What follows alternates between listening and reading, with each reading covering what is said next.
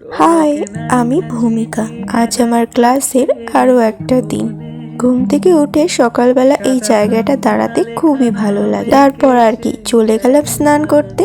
স্নান করে এসে এখন ভালোভাবে রেডি হয়ে নিচ্ছি।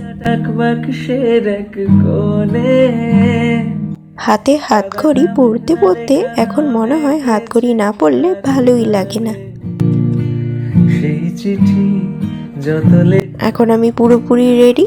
চলো এবার কলেজে যাওয়া যাক। তবে তার আগে ইম্পর্টেন্ট একটা কাজ, পায়ে মোজা পরতে হবে। এরপর আমি চট করে ব্যাগটাও গুছিয়ে নিলাম।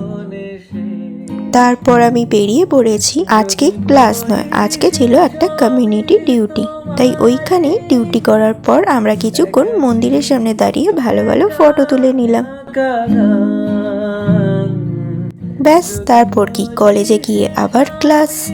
সারাদিনের শেষে এবার বাড়ি ফেরার পালা। তাহলে আজকে আসি, বাই।